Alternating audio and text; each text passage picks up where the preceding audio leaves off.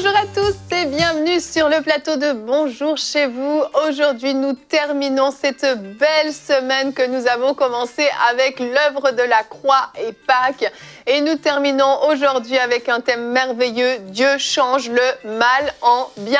Amen. Amen. Amen. Amen. Amen. Vous allez bien, Aurélie, Omer? Superbe, très superbe. bien. Content d'avoir Aurélie sur le plateau avec moi. Et moi, je suis toute contente de vous avoir toutes les deux. C'est merveilleux, c'est merveilleux. Omer, tu as été avec nous presque toute la semaine dans tous ces thèmes et c'était vraiment une belle semaine qui, je le crois, vous a vraiment encouragé. Si vous avez manqué les émissions de cette semaine, comme je le disais lundi, c'était un peu une série, c'était une suite. Chaque journée, en fait, n'est pas indépendante.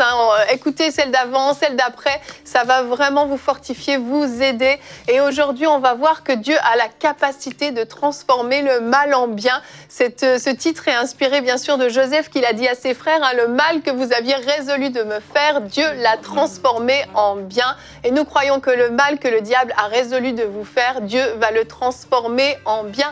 Et aujourd'hui, on aura une rubrique C'est mon histoire. C'est Nathalie Colin-Martin qui est venue témoigner. Elle a été victime d'agression sexuelle, mais vous verrez comment Dieu l'a relevée alors qu'elle était vraiment à terre. Un très beau témoignage que je vous invite vraiment à écouter en fin d'émission. Aurélie, on commence avec toi dans la pensée du jour.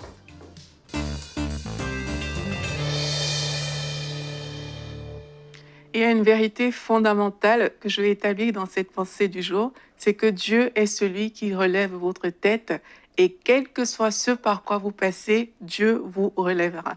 David, c'est un homme dans la Bible qui a subi beaucoup de tribulations et il a dit cette phrase au psaume 3, il a dit « Combien disent à mon sujet, plus de salut pour lui auprès de Dieu, mais toi, ô Éternel, tu es mon bouclier, tu es ma gloire et tu relèves ma tête. » Les hommes avaient déjà arrêté la défaite de David. Ils disaient plus de salut à son sujet, mais il a reconnu Dieu comme étant son bouclier, comme étant celui qui relève sa tête.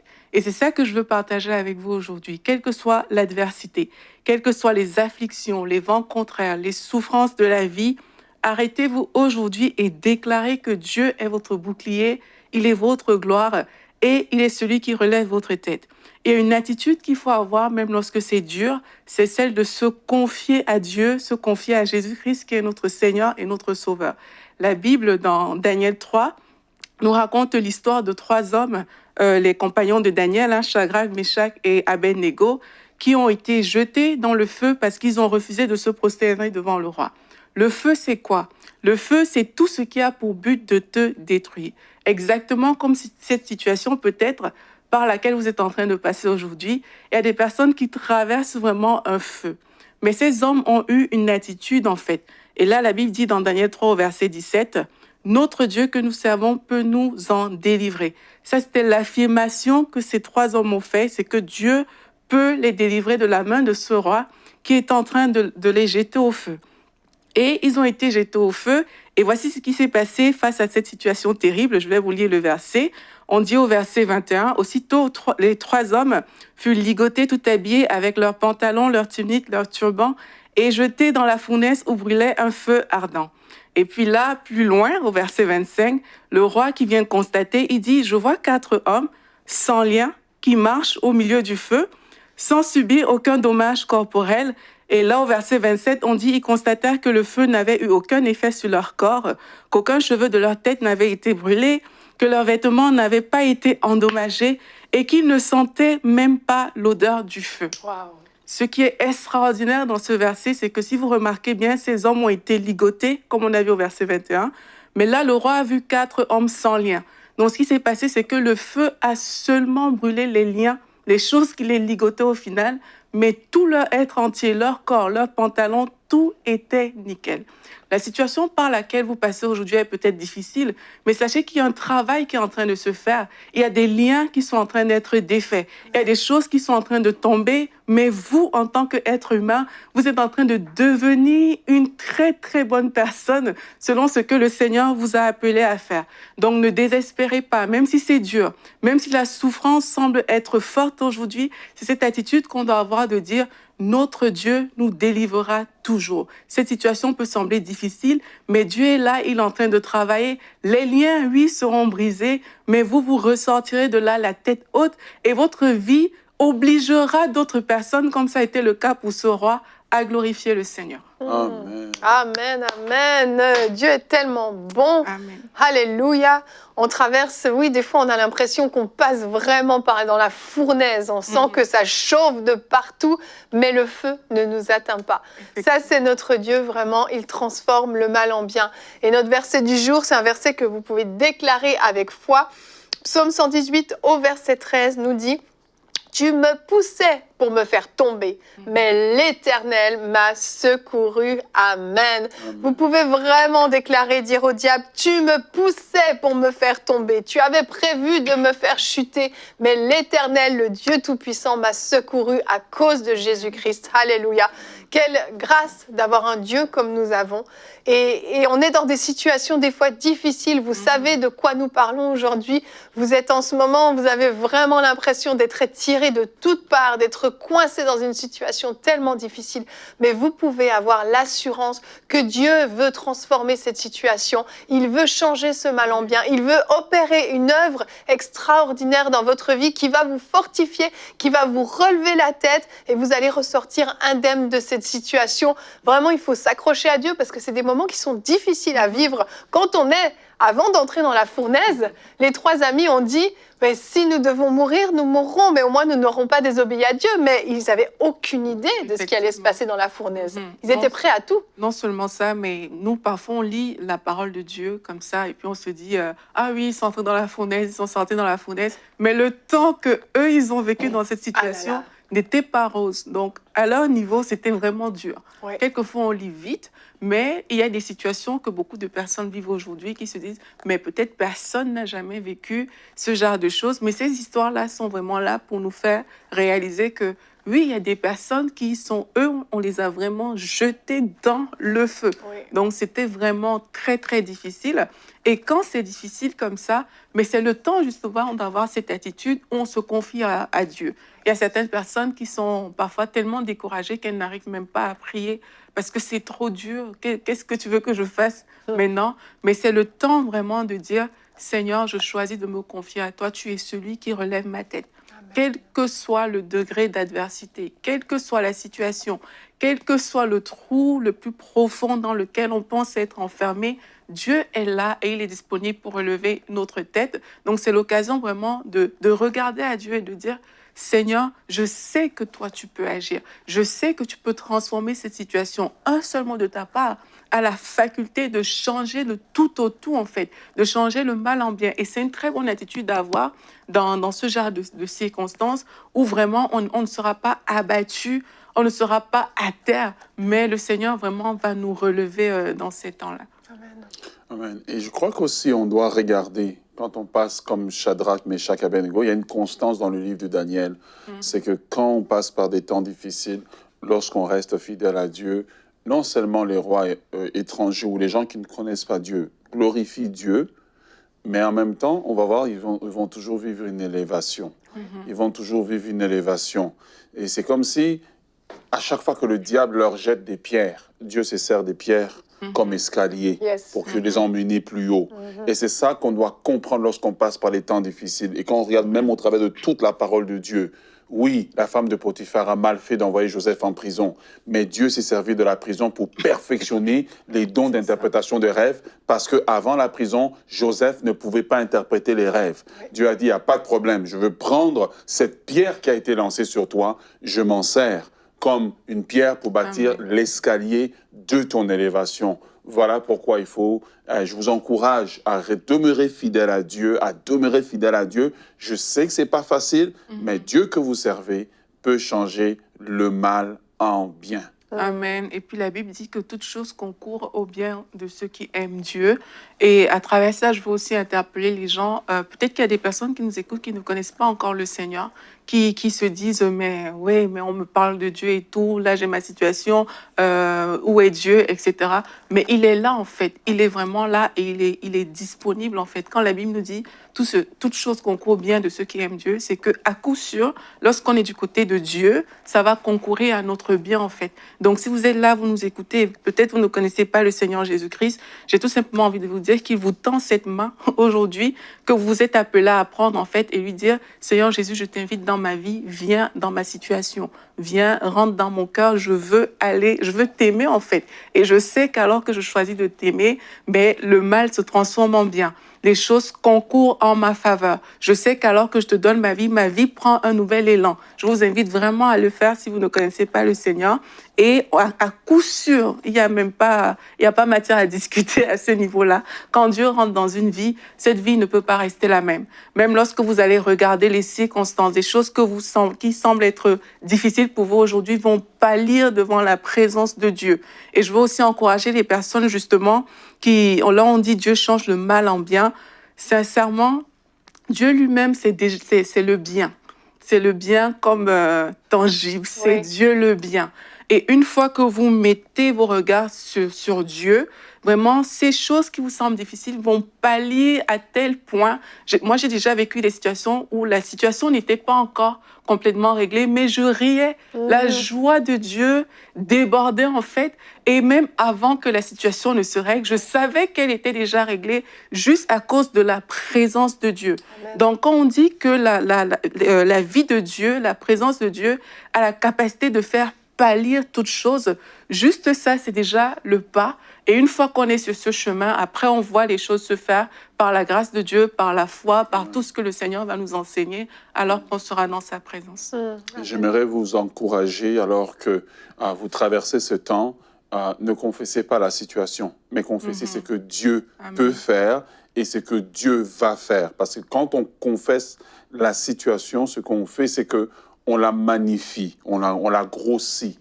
On la grossit même au niveau de nos pensées les plus secrètes. Voilà pourquoi, dans Lamentation chapitre 3, quand Jérusalem s'écroule, le prophète dit « Voici ce que je veux repasser dans mon cœur. C'est que les bontés de l'Éternel ne sont pas épuisées. Ses compassions se renouvellent chaque matin. Confesse la bonté de Dieu. Confesse que Dieu est présent à toi. » Et c'est pour cela que pour faire ce genre de confession, comme Aurélie l'a dit, il faut commencer par appartenir à Jésus-Christ. C'est quand tu lui appartiens que tout cela devient une réalité dans ta vie. Amen. Alors oui, aujourd'hui tu vis des temps difficiles, mais aujourd'hui aussi est le jour du salut. Et aujourd'hui, c'est le jour où tu peux te tourner vers Dieu.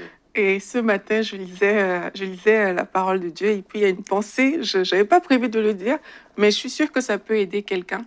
Et une pensée qui m'est venue où vraiment le Saint-Esprit est en train de dire que de renverser nos limitations personnelles en fait. Là, on dit que Dieu change le mal en bien. Ta limitation, c'est quoi? C'est le mal que tu vois devant toi. C'est cette chose qui te semble insurmontable aujourd'hui. En fait, c'est une limite de penser qu'elle est insurmontable.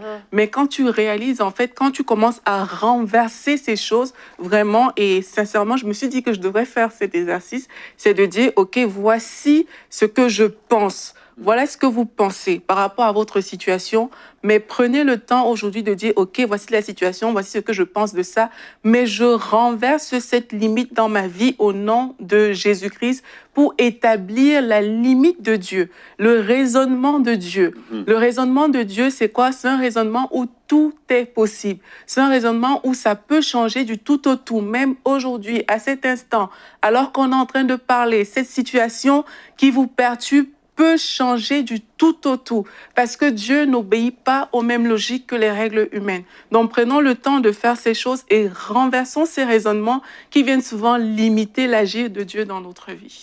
Amen. Et avant d'écouter le témoignage de Nathalie, j'ai une citation de Joel Osteen à vous présenter. « Cette difficulté ne va pas te vaincre, elle va te promouvoir. Elle ne va pas te briser, elle va te fortifier. Tu ne sortiras pas de là juste debout, tu sortiras debout et bien plus fort. Amen, amen. Cette situation que vous êtes en train de traverser peut vraiment être un tremplin, comme le disait Omer. Ces cailloux, ces roches que le diable vous a lancées peuvent devenir comme un escalier pour votre élévation. Et nous allons maintenant découvrir le très beau témoignage de Nathalie Colin Martin. Je vais y arriver dans la rubrique C'est mon histoire. Et on se retrouve pour la rubrique C'est mon histoire. Aujourd'hui, j'ai le plaisir d'avoir avec moi Nathalie. Bonjour Nathalie. Bonjour Evelyne. Comment tu vas? Ça va très bien, merci. Super. Merci beaucoup d'être ici pour venir nous raconter ton histoire, qui est une histoire quand même très personnelle qu'aujourd'hui tu viens partager. Merci vraiment pour commencer d'avoir accepté de la partager. Je pense que ça va aider beaucoup de monde. Tu viens nous raconter comment Dieu t'a vraiment restauré après une expérience très douloureuse, 2 expériences très douloureuses même, mais Dieu a vraiment restauré ta vie. Et pour commencer, j'aimerais expliquer un petit peu dans quel contexte tu as grandi. Tu as eu une enfance heureuse, tout à fait normale. Tu étais une jeune fille heureuse, épanouie, qui aimait la vie, qui allait bien en fait. Mais à l'âge de 18 ans, tu as rencontré un homme qui malheureusement a bouleversé ta vie. Ah oui, j'étais à l'université, c'était ma première année à l'université. Puis j'étais en résidence, c'était une résidence mixte. Puis un soir, il y a un homme qui vient cogner à ma porte et j'ouvre la porte. Et malgré l'avoir jamais rencontré, il avait une rose dans sa main et une carte. Puis dans la carte, c'était écrit qu'il voulait être l'air que je respire. Il me demande pour sortir, pour souper avec lui et j'accepte. Sauf qu'à la fin de la soirée, ça s'était pas bien passé. Il n'était pas mon type. Puis je ne voulais plus le revoir. Sauf que le lendemain, quelqu'un cogne à ma porte et sans regarder, j'ouvre la porte et c'était lui encore.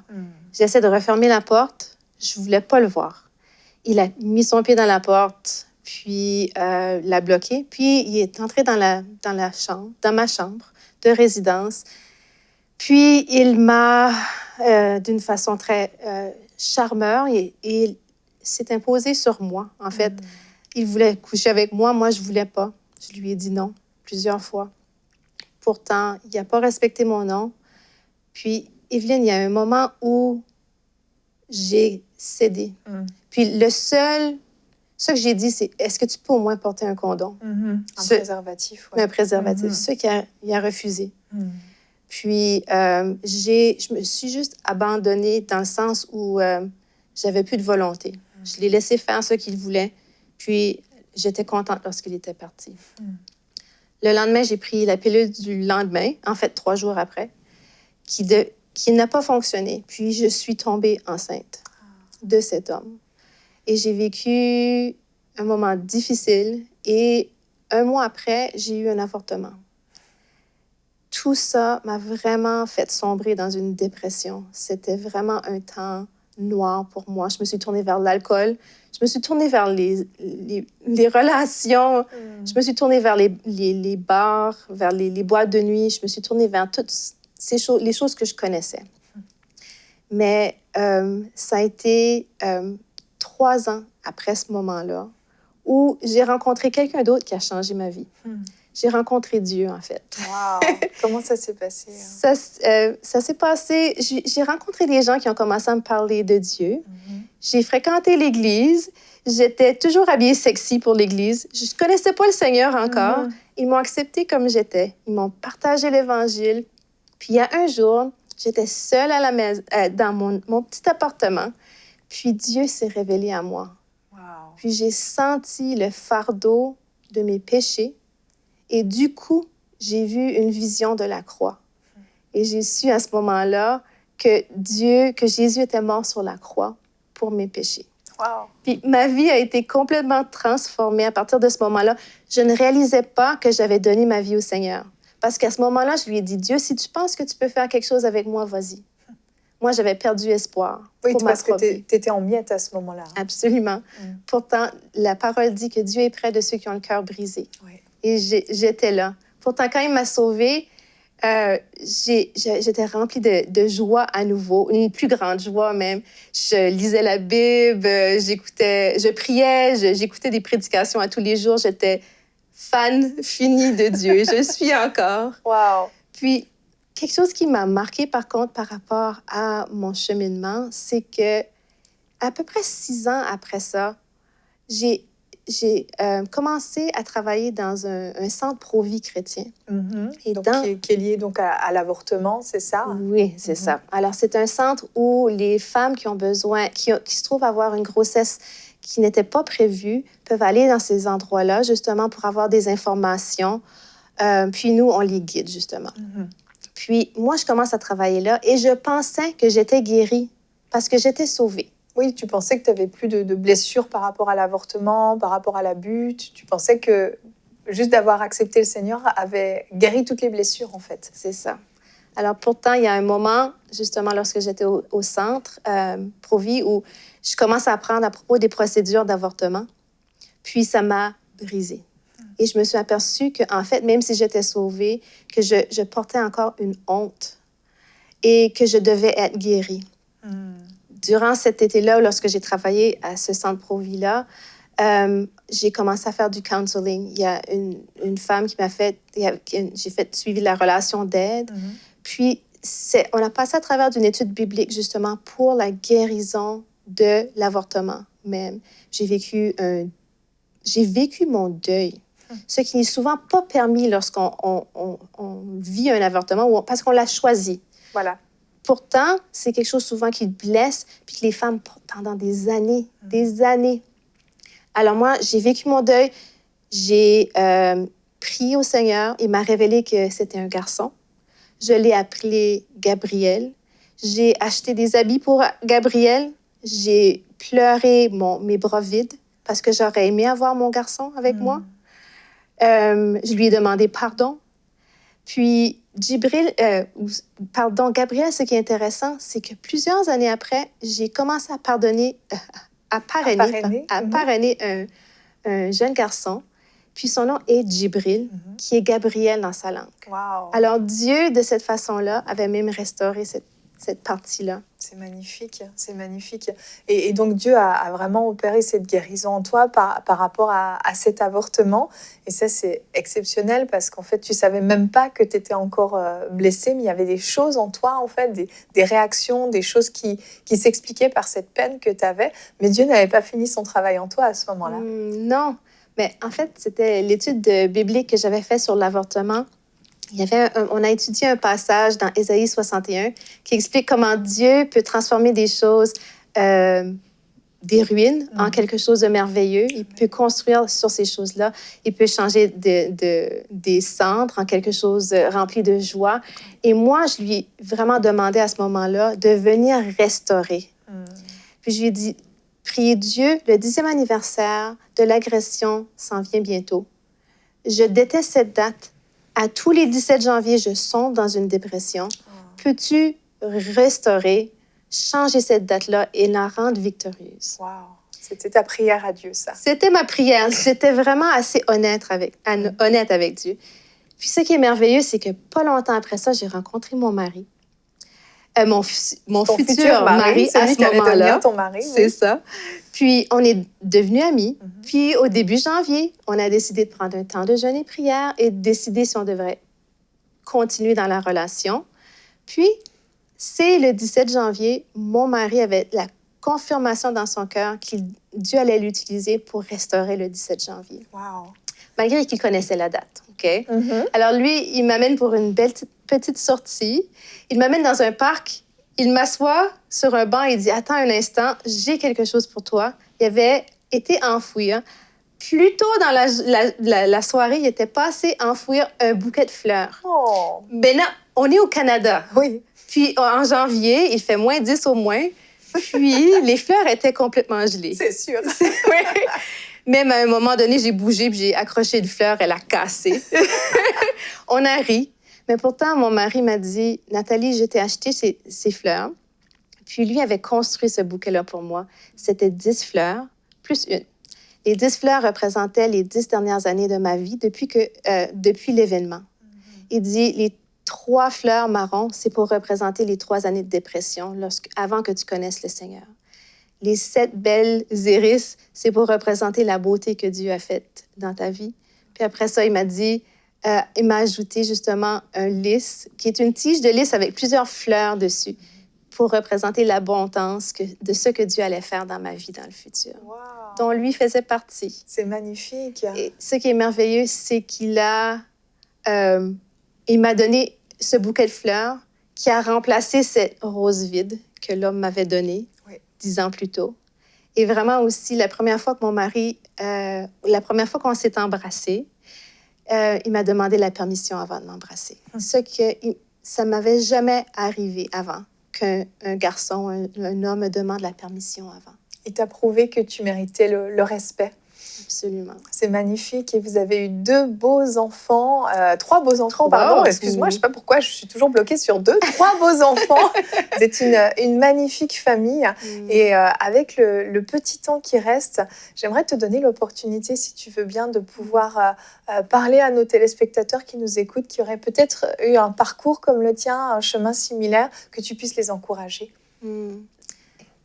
J'aimerais vous dire, peu importe qu'est-ce que vous avez vécu, que ce soit une agression sexuelle, que ce soit pire que moi ou moins pire que moi, s'il y a quelque chose qui s'élève dans votre cœur, c'est peut-être parce que Dieu veut guérir cette chose-là. Puis, donnez-lui. Il est capable de restaurer quoi que ce soit que vous avez vécu. Il est merveilleusement grand et aussi il est près de ceux qui ont le cœur brisé pour réparer, pour guérir nos cœurs. Puis l'autre chose que je vous dirais, ce serait vraiment important, si vous allez commencer un cheminement de guérison, si vous sentez que Dieu vous appelle dans un moment de guérison dans votre vie, demandez-lui de vous aider, soyez partenaire avec Dieu. Ne vivez pas votre deuil seul. Et je vous dirais, entourez-vous de gens en qui vous faites confiance. Entourez-vous de personnes, partagez-le avec votre conjoint. Parlez-en à votre famille et à vos amis.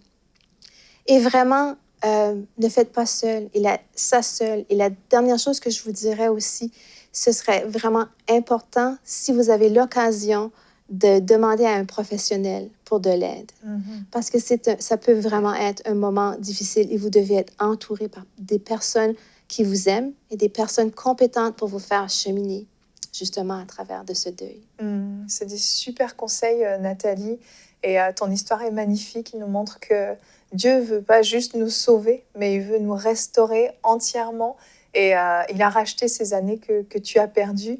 Et il t'a donné un formidable mari qui apparemment a été vraiment à l'écoute du Saint-Esprit cette journée-là. Aujourd'hui, le 17 janvier, a changé de couleur pour toi, j'imagine. Oui. Ah oui, on le célèbre maintenant comme le début de notre histoire d'amour. C'est magnifique, vraiment. Merci Nathalie d'avoir eu le courage de venir partager ton histoire qui, à mon avis, a aidé beaucoup de personnes. Merci beaucoup. Très, très beau témoignage, tellement bien raconté ce que Dieu a fait dans la vie de Nathalie. Comme je le dis souvent, il peut le faire dans la vôtre. Le but des témoignages, c'est vraiment de vous encourager, de vous fortifier à la maison pour que vous puissiez voir comment Dieu est bon et tout ce qu'il fait dans la vie de ceux qu'il aime, et vous en faites partie. Oui, Dieu peut transformer votre situation et vous pouvez vous aussi vivre une restauration complète, et c'est notre prière au nom de Jésus pour votre vie.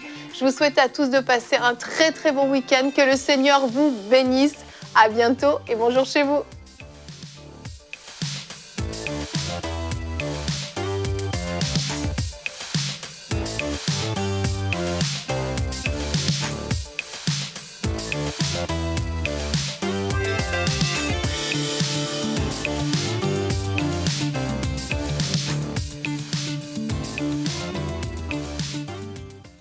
Hello, c'est Evelyne. Merci d'avoir regardé cette émission. N'oubliez pas de vous abonner et d'activer la cloche pour ne pas manquer nos prochains programmes exclusifs. Et si vous avez à cœur de soutenir cette œuvre par un don, je vous invite dès maintenant à faire partie de la grande famille des partenaires en allant sur emcitv.com/don. Et n'oubliez pas, Dieu vous aime.